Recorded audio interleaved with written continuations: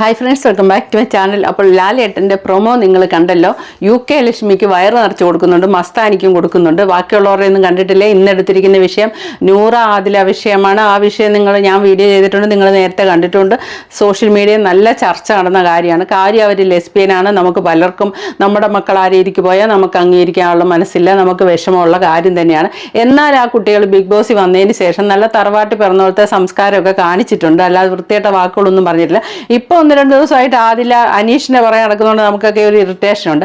എന്നാലും എങ്ങനെയെല്ലാം നോക്കിയാലും ഈ പെൺകുട്ടി ഈ UK എന്ന് വന്ന ലക്ഷ്മി, വേദലക്ഷ്മി എന്നുള്ളത് മാറി വിഷലക്ഷ്മി എന്നായി.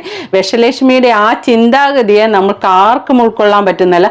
ഏതായാലും ലാലേട്ടൻ വയറ് നിറച്ച് കൊടുത്തിട്ട് പറയുന്നതിൽ ഏറ്റവും നമുക്ക് വളരെ രോമാഞ്ചം തോന്നുന്ന ഒരു വാചകം എന്താണെന്ന് വെച്ചാൽ, ഞാൻ വീട്ടിൽ കയറ്റുമല്ലോ അവരെ എന്ന്. അപ്പൊ നമുക്കതൊന്ന് കേൾക്കാം. ആരാണ് വീട്ടിൽ കയറ്റാൻ കൊള്ളാത്ത ആൾക്കാർ? എന്താണ് ലക്ഷ്മി, ഇതിന് ആൻസർ ചെയ്തേ പറ്റൂ. വീട്ടിൽ കയറ്റാൻ കൊള്ളാത്തതെന്ന് പറയാൻ നിങ്ങൾക്ക് എന്ത് അധികാരമുണ്ട്?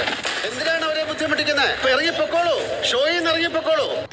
ഞാൻ എന്റെ വീട്ടിൽ കയറ്റുമല്ലോ അവരെ.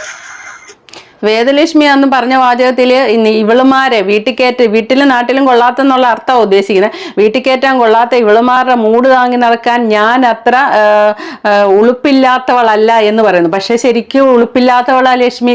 അതെന്താ മനസ്സിലായെന്നറിയോ? വീട്ടിൽ കയറ്റാൻ കൊള്ളാത്തതെന്ന് ലക്ഷ്മി ഉപമിച്ചല്ലോ.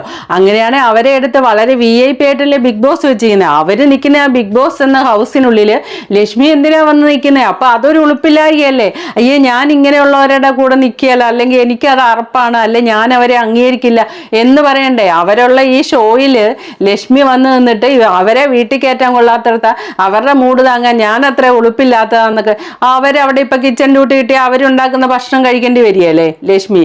അപ്പൊ ലക്ഷ്മിക്ക് അങ്ങനെയൊന്നുമില്ല, അടച്ച് ആക്ഷേപിക്കുക. ഇന്നലെ ഒണീലിനെ അത് ഇതിലും വലിയത്, അത് എടുക്കണം, തീർച്ചയായിട്ടും എടുക്കണം. അയാൾ നെഞ്ച് പൊട്ടി 42 വയസ്സോ എന്തോ എൻ്റെ കുടുംബത്തെ അല്ലേ അത് ബാധിക്കുന്നു ചോദിക്കുന്നുണ്ട്. ഇതൊന്നും അങ്ങേര് പറയുന്നതിന് മുന്നേ അങ്ങനെ തന്നെ പറഞ്ഞ് ഞാൻ വീഡിയോ ചെയ്തിട്ടുണ്ട്. ഒരു പുരുഷനെ ഒരു സ്ത്രീലമ്പടനാക്കിയിട്ട് ഒരു പെണ്ണുപിടിയനായിട്ട് സമൂഹത്തിലേക്ക് എറിഞ്ഞിടുമ്പോൾ അയാളെ അല്ല, അയാളുടെ പുറകിൽ ഒരു ഫാമിലി ഉണ്ട്. അയാൾക്ക് വൈഫൊന്നും ഇല്ലാതെ ഭാഗ്യം, അമ്മയുണ്ട്. അയാളെ പൊന്നുപോലെ വളർത്തിക്കൊണ്ട് വന്ന ഒരു അമ്മയുണ്ട്, സംസ്കാര സമ്പന്നനായിട്ട് വളർത്തിയിരിക്കുന്നത്. അയാൾ ഇന്ന് വരെ ഒരു സ്ത്രീയോടും മോശമായിട്ട് പെരുമാറിയിട്ടില്ല. അങ്ങനെ ഒരു കാര്യമില്ല. അങ്ങനെ വളർത്തിക്കൊണ്ട് വന്ന ഒരു അമ്മ, അവരാരും ആയിക്കോട്ടെ, അവർ ഈ വാചകം കേൾക്കുമ്പോൾ അവരുടെ സ്വന്തം മകൻ ഒരു സ്ത്രീ വിഷയക്കാരനെ കിട്ടിയ അവസരം നോക്കി നിന്ന് മസ്താനിയെ കയറി പിടിച്ചല്ലേ, ഒരു പെങ്കൊച്ചിനെ കയറി അസ്ഥാനത്ത് പിടിച്ചു എന്ന് കേൾക്കുമ്പോൾ ഒരു അമ്മയുടെ മനസ്സ് എത്ര വിഷമിക്കുമെന്നറിയോ? മകൻ തെറ്റുകാരനല്ല എന്ന് ആ അമ്മയ്ക്കറിയാം. അതുകൊണ്ട് തന്നെ ഒനിയില് എനിക്ക് ഇത്രയും പ്രായമായിട്ട് ഇതുവരെ ഞാൻ അങ്ങനെ ചെയ്തിട്ടില്ല എന്ന് പറഞ്ഞ് ബിഗ് ബോസിന് ശിക്ഷ കൊടുക്കണം, ചോദ്യം ചെയ്യണമെന്ന് കൺഫെഷൻ റൂമിൽ ഇരുന്ന് ബിഗ് ബോസിനോട് പറയുന്നുണ്ട്. ബിഗ് ബോസ് ചെയ്യാമെന്ന് ഉറപ്പ് പറയും. പുള്ളിക്ക് ഉള്ള സങ്കടം എല്ലാം കൂടെ തികട്ടി വന്നിട്ട് പുള്ളി കൺട്രോൾ പോയി അവിടെ ഇരുന്ന് കരയുന്നുണ്ട്. അത് പുള്ളിയുടെ മനസ്സിലൂടെ നമ്മൾ യാത്ര ചെയ്താലേ നമുക്കതറിയുള്ളൂ. നമ്മൾ ഒരു പ്രായം വരെ ജീവിക്കുമ്പോൾ നമ്മൾ ഉണ്ടാക്കിക്കൊണ്ട് വരുന്ന ഒരു അഭിമാനമുണ്ട് നമുക്ക്. നമ്മുടെ അത്രയും കാലത്തും കൊണ്ട് നമുക്ക് സമൂഹത്തിൽ കിട്ടുന്ന ഒരു സ്ഥാനമുണ്ട്. നമ്മൾ ഏത് വ്യക്തി ആയിക്കോട്ടെ, നമ്മുടെ പേര് പറയുമ്പോൾ ജനങ്ങൾ നമ്മളെപ്പറ്റി മനസ്സിലാക്കുന്ന ഒരു ഇതുണ്ട്. ഒരു സുപ്രഭാതി നമ്മൾ ചെന്ന് ഒരു പുരുഷനെ പറ്റി നല്ല മാന്യനെന്ന് കേട്ടിട്ട് അവൻ ഒരു സുപ്രഭാതി ഒരു പെണ്ണിനെ പോയി കയറി പിടിച്ച് റേപ്പ് ചെയ്യുകയോ അല്ലെ ഒരു പ്രായപൂർത്തിയാകാത്ത കുഞ്ഞു കൊച്ചുങ്ങളെ പീഡിപ്പിക്കുക, ഇങ്ങനെ എന്തെങ്കിലുമൊക്കെ വന്നാൽ അന്ന് തൊട്ട് സമൂഹം അവനെ എങ്ങനെയാണ് കാണുക?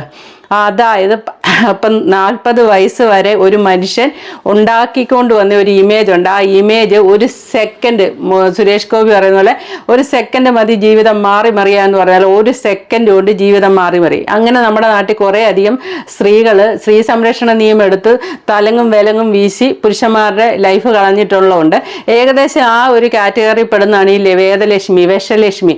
കാരണം അവിടെ ചെന്ന് നിന്നിട്ട് ഇത്രയും മസ്താനിക്ക് പ്രശ്നമില്ലാത്ത മസ്താനി ഒന്നും കംപ്ലൈൻ്റ് ആയിട്ട് പോയി പറഞ്ഞിട്ടില്ല. ആ ലക്ഷ്മിയോട് ചർച്ച ചെയ്തു, അത്രയേ ഉള്ളൂ. പക്ഷെ ഒരേ ചിന്താഗതിയാകട്ടെ രണ്ടുപേർക്കും.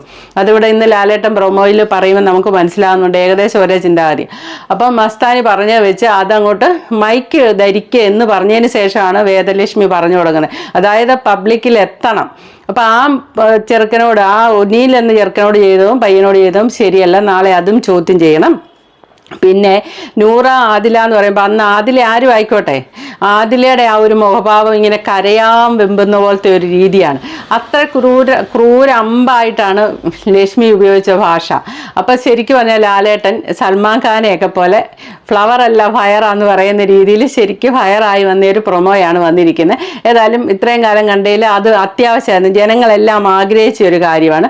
അത്രയും ലാലേട്ടൻ ചെയ്തല്ലോ. ഇന്ന് പിന്നെ മസ്താനിയാണ് ഇന്ന് ആരെ ഔട്ടാക്കുന്നില്ല, നാളെ ഔട്ടാക്കുന്നത് മസ്താനിയാണെന്നാണ് പറയുന്നത്. മസ്താനി പോട്ടെ, ഒരുമാതിരി വെറൈറ്റി മീഡിയ എന്ന യൂട്യൂബ് അവരുടെ ആ ചാനലിൻ്റെ ഒരു സ്റ്റാൻഡേർഡ് താഴോട്ട് കൊണ്ടുവന്ന ആളാണ്. ഇനി ബിഗ് ബോസിൽ വന്നിട്ടും അതേ പരിപാടി തന്നെയാണ്. കുറച്ച് നാളുകൂടെ നിന്നാൽ ബിഗ് ബോസ് എന്ന പരിപാടിയുടെ സ്റ്റാൻഡേർഡ് ഒന്നുകൂടെ പോവുകയുള്ളൂ. ഔട്ടാകട്ടെ, ഒരു കുഴപ്പമില്ല, മസ്താനിയാണ് ഔട്ടായതായിട്ട് പറയുന്നത്. അപ്പോൾ okay, thank you for watching. അടുത്ത വീഡിയോ കാണാം. ആദ്യമായിട്ട് കാണുന്നത് ചാനൽ സബ്സ്ക്രൈബ് ചെയ്യാനും ലൈക്ക് ചെയ്യാനും മറക്കല്ലേ.